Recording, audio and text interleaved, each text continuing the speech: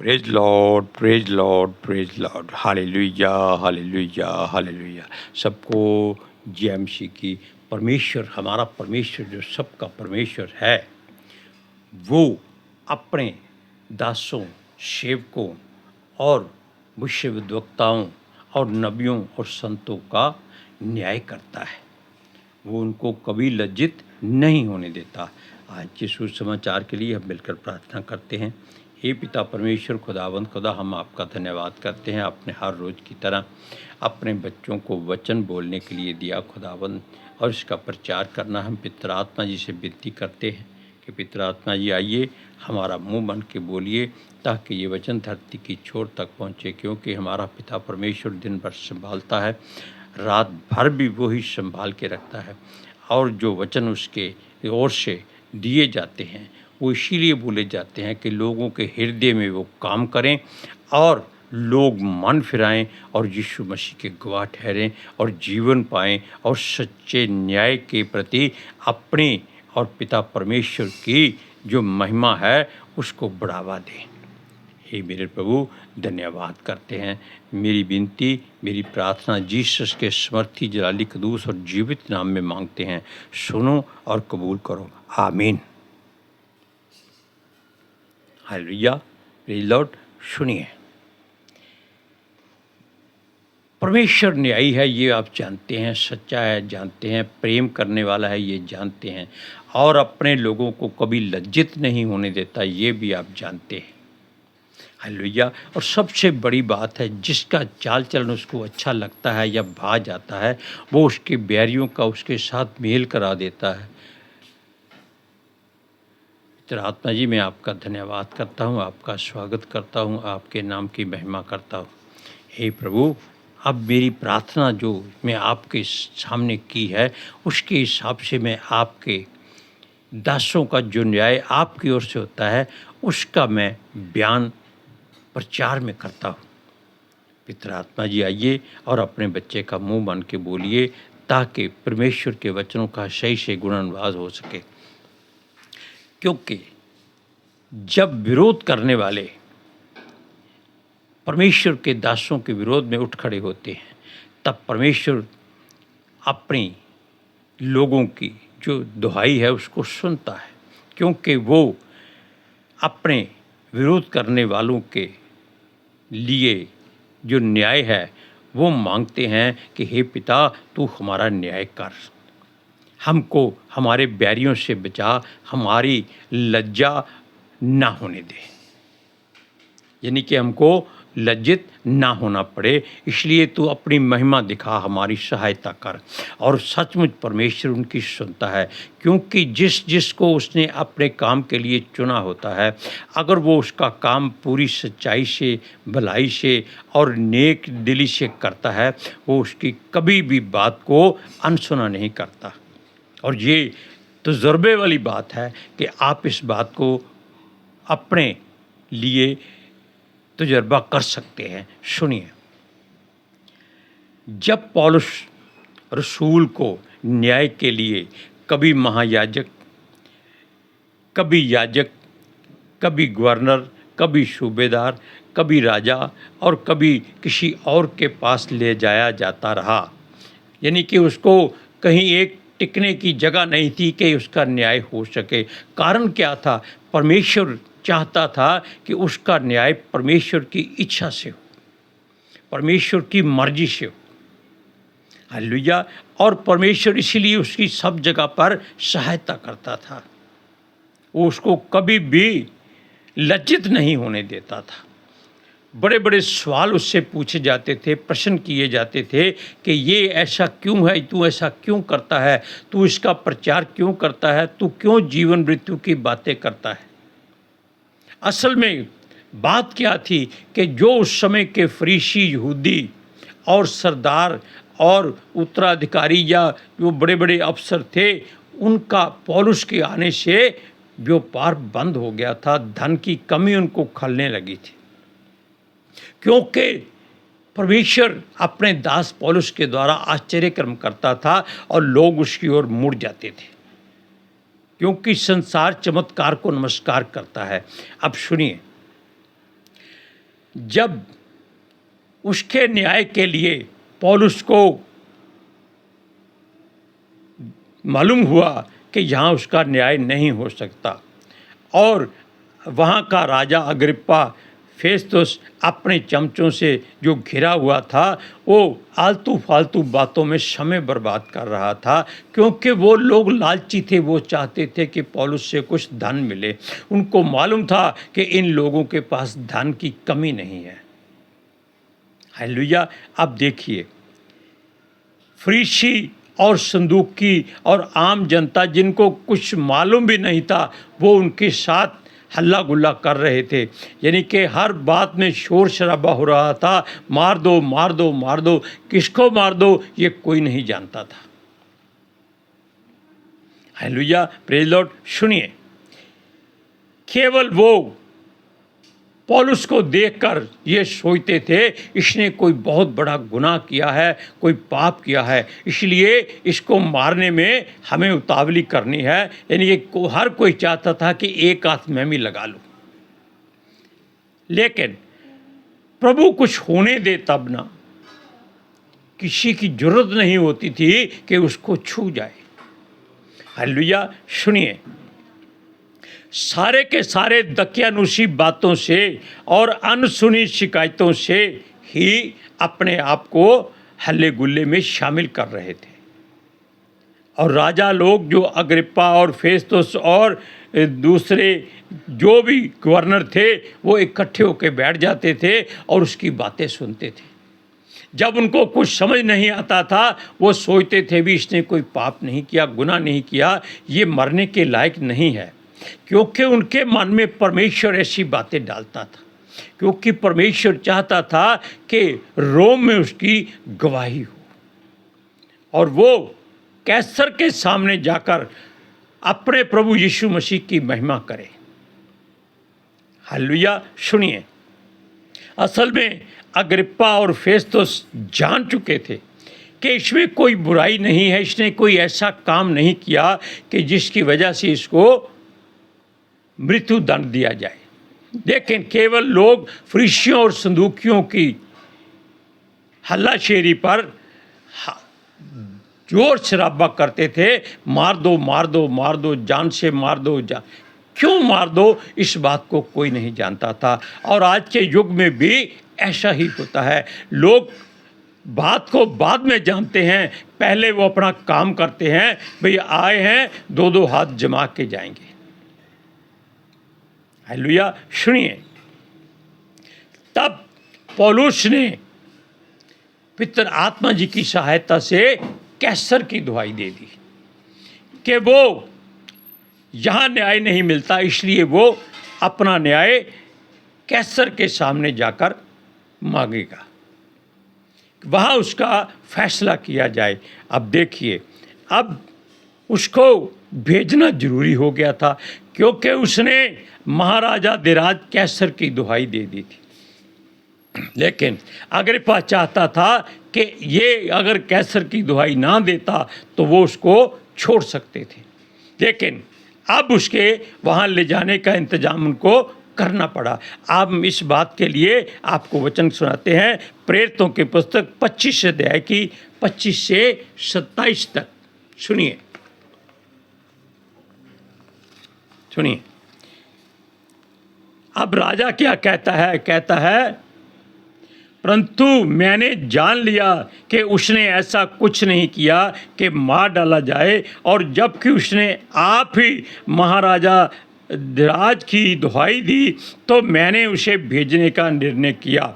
मैंने उसके विषय में कोई निश्चित बात नहीं पाई कि अपने स्वामी के पास लिखूं, इसलिए मैं उसे तुम्हारे सामने विशेष करके हे राजा अग्रिप्पा तेरे सामने लाया हूँ कि जांचने के बाद मुझे कुछ लिखने को मिले, क्योंकि बंदी को भेजना और जो दोष उस पर लगाए गए हैं उन्हें ना बताना मुझे व्यर्थ जान पड़ता है, ताकि वो मुकदमे की पैरवी के लिए जो केस लिखेंगे उसमें ये बताया जाता है कि इसने ये गुनाह किए हैं। अब ऐसा गुनाह कोई था नहीं जिसको वो लिखकर राजा अग्रिप्पा के पास भेज देते।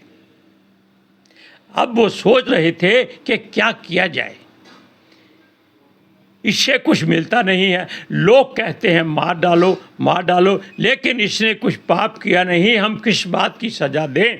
अगर ये बात राजा धीराज के पास पहुंच गई कि एक दोष मुक्त व्यक्ति ने, जिसको दोषी ठहराया गया है, राजा की दुहाई दी है और उसके पास उसको नहीं पहुंचाया गया, तो जो राजा चौथाई के राजा यानी कि जो गवर्नर थे, उनका नाम काट दिया जाता जीवन की पुस्तक से। ये जो जीवन की पुस्तक है, ये कैसर के द्वारा लिखी जाती है। हालेलुया। अब आप ये देखिए कि जो हमने आपको बात कही है कि परमेश्वर जिसको अच्छा समझता है या जिसका चाल चलन परमेश्वर को भा जाता है, वह उसके बैरियों को उसके साथ मेल करा देता है। ये भी बात सही है, लेकिन ऐसी बात जो पौलुस के साथ हुई वो यीशु मसीह के साथ भी होने वाली थी। उसके पास भी लोग यही बात करते थे, मार डालो मार डालो मार डालो। क्यों? क्योंकि वो फरीसी बोल रहे थे, अधिकारी बोल रहे थे, उनके सरदार बोल रहे थे, यहाँ तक के यहूदी लोग भी यही कह रहे थे कि इसको मार डाला जाए। कारण एक ही था कि उनके व्यापार बंद हो रहे थे, लोगों का विश्वास उन पर से उठ चुका था, क्योंकि वो असल में कुछ भी ज्ञान नहीं रखते थे, केवल अपने रुतबे के हिसाब से वो लोगों को बोल देते थे। जैसे यहोवा परमेश्वर कहता है कि उन टोना करने वालों को या जो जादू मंत्र करते हैं उनके विषय में, जो केवल फुसफुसाते और गुनगुनाते हैं, असल में वो कुछ बोलते नहीं हैं। लोगों को लगता है कि वो बात कर रहे हैं किससे? शैतान से। वो लोगों को डरा देते थे कि हट जाओ हट जाओ। क्यों? यहाँ दुष्ट आत्मा खड़ा है, यहाँ आत्मा खड़ा है, ये अभी इसका न्याय करेगा। लेकिन वहाँ होता कुछ नहीं था, केवल वो फूंक मारकर रेत को उड़ा देते थे, कागज काटकर फूंक से उड़ा देते थे और कहते थे देखो ये उसकी हजूरी हो रही है। अरे अगर कहीं परमेश्वर की हजूरी वहाँ हो जाते तो शायद सारे फरीसी यहूदी सरदार सारे के सारे उस रेत की तरह उड़ जाते। हालेलुया। अब और बात आपको बताते हैं। यीशु मसीह के लिए भी लोगों ने ऐसी बात कही थी कि इसने कोई पाप नहीं किया, इसको सजा क्यों मिल रही है। और ये बात आम नहीं थी, बड़ी खास और अहमियत वाली बात थी, क्योंकि सारे यहूदी फरीसी पवित्र शास्त्रों में और किताबों में ढूंढ रहे थे क्या गलील में से कोई भविष्यवक्ता निकला है, क्या मसीह गलील में से आएगा या बैतलहम में से आएगा या नासरत में से आएगा। ये वो बड़े कहते हैं असमंजस में पड़े हुए थे। जो भी उसकी बात करता था वो उसको कहते थे जाके पहले ढूंढ, क्योंकि वो दावा करते थे कि इन तीनों नगरों में से कोई भविष्यवक्ता उठने का नहीं। कारण क्या था? सूरज प्रमाणी ने इस बात का कारण बताया था कि ये लोग जो बैतलहम, गलील या नासरत के लोग थे, ये बड़े बुरे लोग थे। ऐसे बुरे, कत्ल कर देना मामूली बात होगी उस समय, दुराचार व्यभिचार करना मामूली बात होगी उस समय, मार काट करना कुछ नहीं समझते, लूटपाट करना। ऐसी जगह पे वो सोच रहे थे कि भविष्यवक्ता कभी नहीं आ सकता। लेकिन पवित्र शास्त्र कहता है कि वो बैतलहम से आए, जो नासरी कहलाया और गलील में वो पला बढ़ा। हालेलुया। अब सुनिए इस बात के विषय में, क्योंकि ये लोग उसके आश्चर्य कर्मों से परेशान थे। बेशक वो समझ गए थे कि यीशु में कुछ तो ऐसी बात है जो अलग है, वरना जैसे अचंभे वो करता है बिना परमेश्वर की सहायता से ये नहीं हो सकते।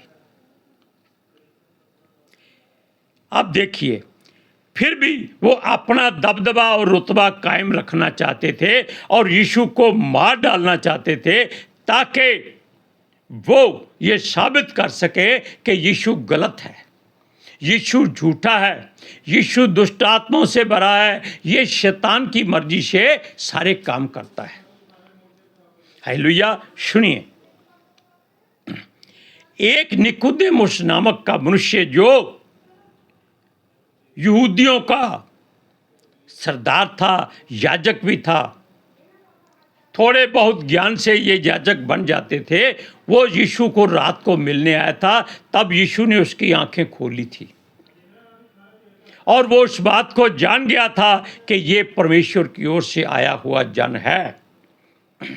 तब उसने इन फरीसियों और यहूदियों से एक बात पूछी कि क्या हमारी व्यवस्था, यानी कि जो हमारा कॉन्स्टिट्यूशन है, इस बात की इजाज़त देता है कि बिना जाने किसी को सजाए मौत दे दी जाए या दोषी ठहराया जाए।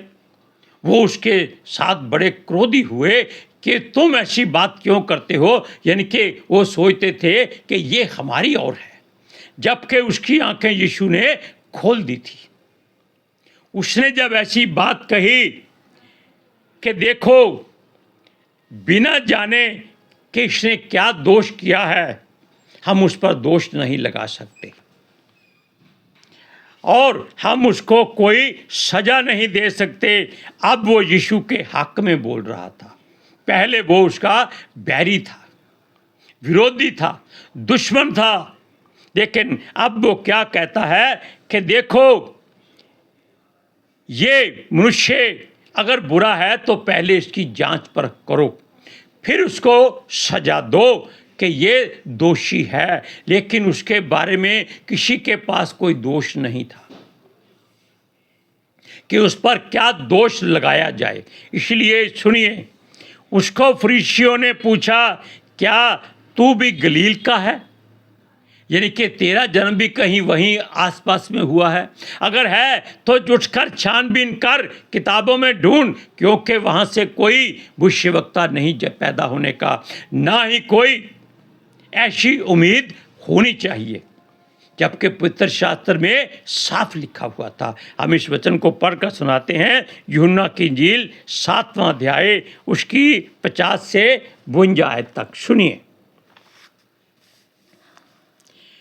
निकोदेमुस ने, जो पहले उसके पास आया था और उनमें से एक था, उसने कहा, क्या हमारी व्यवस्था किसी व्यक्ति को जब तक पहले उसकी सुनकर जान ना लें कि वह क्या करता है, दोषी ठहराती है? उनको क्षमा कीजिए, सवाल करता है अपने लोगों को कि आपने पूछा कुछ नहीं, आप दोष पर दोष लगाए जा रहे हैं। तब उन्होंने क्या कहा? उन्होंने उसे उत्तर दिया, क्या तू भी गलील का है? ढूंढ और देख कि गलील से कोई भविष्यवक्ता प्रकट नहीं होने का। वो साफ साफ कहते थे उस तरफ से कोई भविष्यवक्ता नहीं आ सकता, क्योंकि वो एक बहुत बुरे नगर थे। लेकिन परमेश्वर जानता है कि जिसको उसने भेजा है, उसने उसको कहीं से भी पैदा कर देना है। हालेलुया। और चरनी में जिसको रखा गया, ऐसा संसार में कोई ईश्वर नहीं आया। सारे के सारे महलों में पैदा हुए। हालेलुया। अब आप जान गए कि किसी भी मनुष्य के विरोध में दोष लगाना कितना गलत है, उसको जाने बिना। Hallelujah, praise Lord. अब हम मिलकर प्रार्थना करते हैं। हे पिता परमेश्वर, खुदावंद खुदा, परवरदिगार काल पुरख, हम आपका धन्यवाद करते हैं और इस बात का भी धन्यवाद करते हैं कि आपने दिन भर हमको और सबको सुनने वालों को संभाल के रखा, आशीष दी, बरकत दी और हमको ये वचन हर रोज़ की तरह प्रचार करने के लिए दिया, जिसमें पितर आत्मा जी ने हमारी सहायता की और इस वचन को स्वर्गदूतों के द्वारा धरती की छोर तक पहुंचाया, ताकि लोग सुने और ये सच्चाई जाने कि किसी पर दोष लगाने से पहले उसके बारे में अच्छी तरह जांच पड़ताल कर लेनी चाहिए। हालेलुया। हमारी विनती, हमारी प्रार्थना यीशु के जलाली, कदूस, जीवित और पवित्र नाम में मांगते हैं। सुनो और कबूल करो। आमीन। हालेलुया। सबको जय मसीह की।